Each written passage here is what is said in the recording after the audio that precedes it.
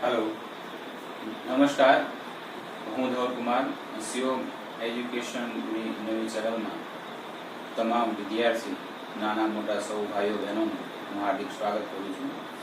મારી આ ચેનલ દ્વારા ધોરણ 11, 12, ધોરણ 10ના વિદ્યાર્થીઓને સામાજિક વિજ્ઞાન, ઇતિહાસ, સમાજશાસ્ત્ર, ઇકોનોમિક્સ જેવા વિષયોને વિડીયો દ્વારા ઘરે બેસીને પણ અભ્યાસ કરી શકે એવો નાનો એવો પ્રયાસ છે આપણી સમક્ષ કરવા જઈ રહ્યા છે।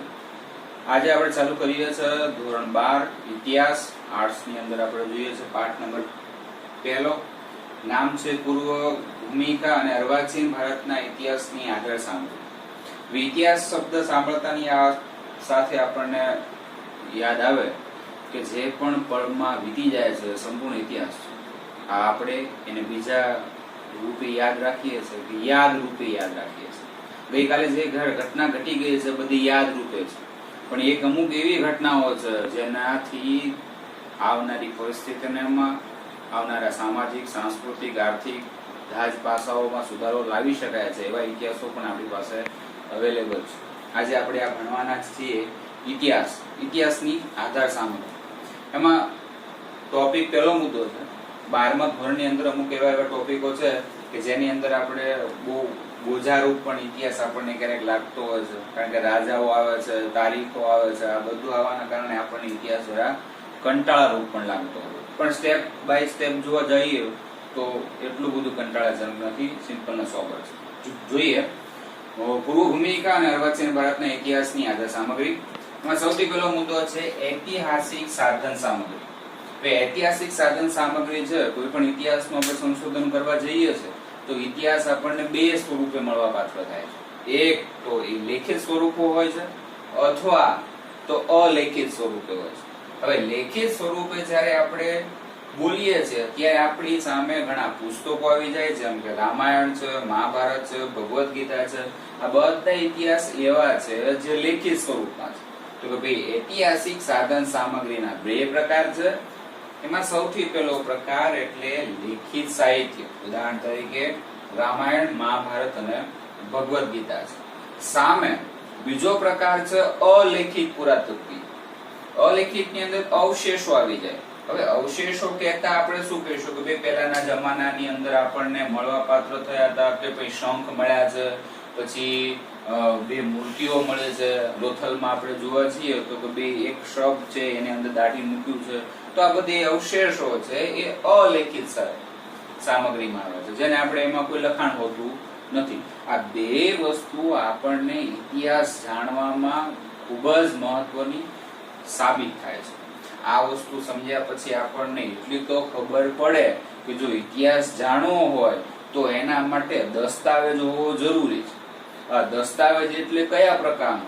આ લેખિત પ્રકારનો હોવો જોઈએ અથવા તો અલિખિત પ્રકારનો હોવો જોઈએ। એટલે તો આપણે ઇતિહાસમાં કહેવામાં આવ્યું છે કે નો ડોક્યુમેન્ટ નો હિસ્ટ્રી।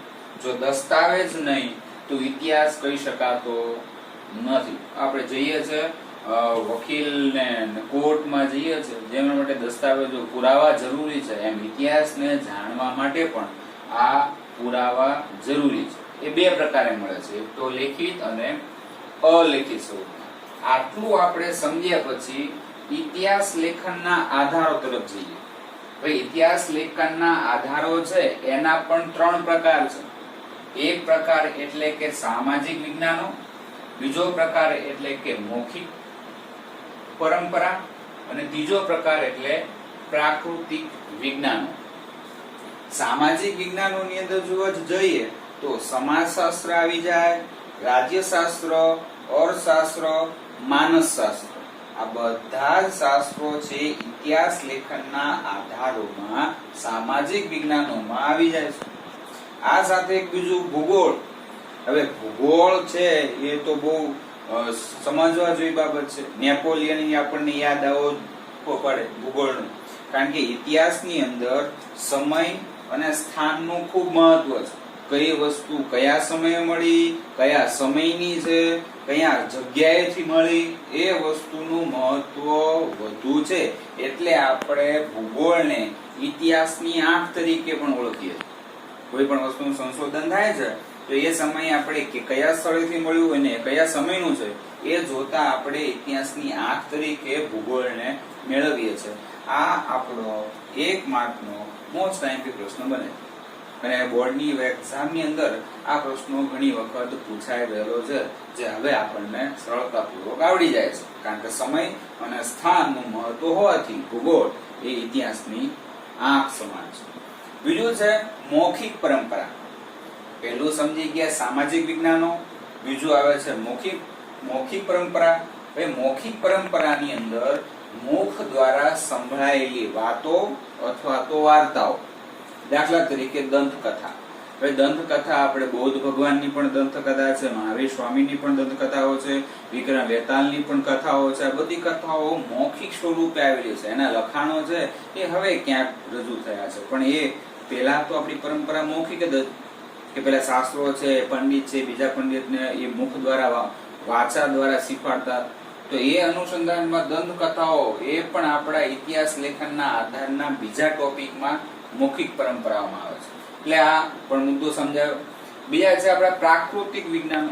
પ્રાકૃતિક વિજ્ઞાનમાં ભૌતિક શાસ્ત્ર આવી જાય, રસાયણ શાસ્ત્ર આવી જાય, પુરાતત્વ શાસ્ત્ર આવી જાય અને ગૃહવંશ શાસ્ત્ર આવી જાય. આ ચારે ચાર શાસ્ત્રો છે પ્રાકૃતિક વિજ્ઞાનો.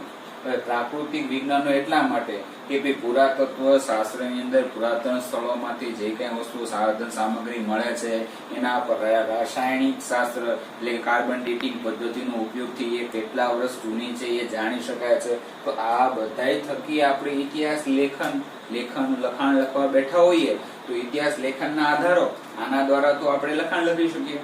દાખલા તરીકે તમે સંશોધન કરવા બેઠા છો કે લોથલમાં આવેલા લોથલની સામાજિક સ્થિતિ, તો લોથલની સામાજિક સ્થિતિ ક્યાંથી ખબર પડશે? તો કે ભાઈ એના લેખિત સ્વરૂપો કયા છે, અલિખિત સ્વરૂપો કયા છે એ જોવા પડે. સાથે સાથે સામાજિક વિજ્ઞાનોમાં એનો કેમ ઉલ્લેખ થયો છે કે કેમ, ભૂગોળ સાથે સંલગ્ન છે કે કેમ, કયો સમય, કયો સ્થળ, સાથે મૌખિક પરંપરા ક્યાંક કોઈ કીધેલી વાતો છે કે કેમ.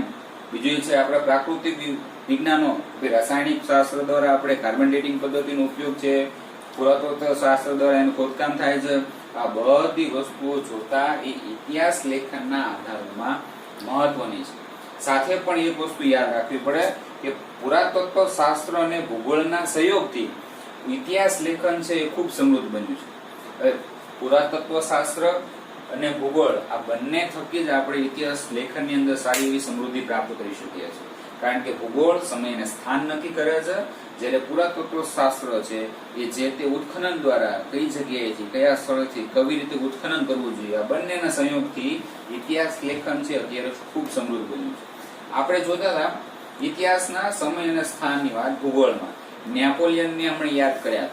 નેપોલિયનની આ યુક્તિ છે, એમનું વાક્ય છે એ આપણે ખૂબ યાદ રાખવા જેવું છે કે તમે મને જો કોઈ પણ રાષ્ટ્રની ભૂગોળ વિશે જણાવશો તો હું તમને તે રાષ્ટ્રનો ઇતિહાસ જણાવીશ. આ વાત ભૂગોળના અનુસંધાનમાં કે ભાઈ ભૂગોળ છે એ સમય અને સ્થાન નક્કી કરે છે. નેપોલિયન આપ સૌ ઓળખો જ છો. નેપોલિયન છે એવું જણાવતો હતો કે ભાઈ મારે તો આખો દેશ છે, આખું વિશ્વ જીતવું છે, પણ એ ક્યારે જીતી શકશે કે જો તમે મને કોઈ પણ રાષ્ટ્રની ભૂગોળ વિશે માહિતી આપશો તો હું તમને તે રાષ્ટ્રનો ઇતિહાસ છે એ જણાવી દઈશ.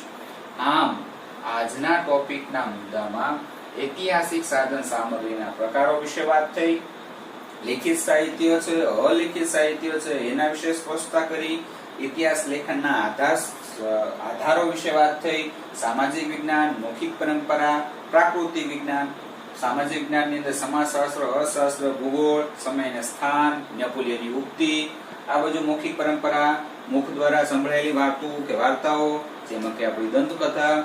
પ્રાકૃતિક વિજ્ઞાનોમાં જોયું ભૌતિક શાસ્ત્ર, રસાયણ શાસ્ત્ર, પુરાતત્વ શાસ્ત્ર અને ભૂગોળના સંયોગથી આપણું ઇતિહાસ લેખન છે એ ખૂબ સમૃદ્ધ બન્યું છે. આજના મુદ્દામાં આપણે અહીંયા સુધી રાખીએ.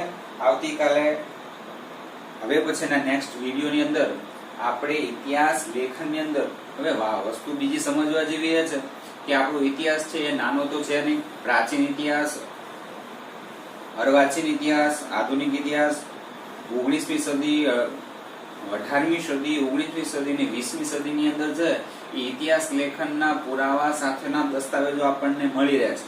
આપણા ભારતનો ઇતિહાસ જો સમજવા જઈએ તો આપણને 1857ના સંગ્રામનો ઇતિહાસ પણ લિખિત સ્વરૂપમાં વ્યવસ્થિતપણે આપણને મળવાપાત્ર થાય છે. એ આપણે બધા જ વસ્તુઓ છે એ આપણે આ પાઠની અંદર સ્ટેપ બાય સ્ટેપ આપણે ભણવાના છીએ. આજના દિવસ માટે આટલું. આપ સૌનો આભાર.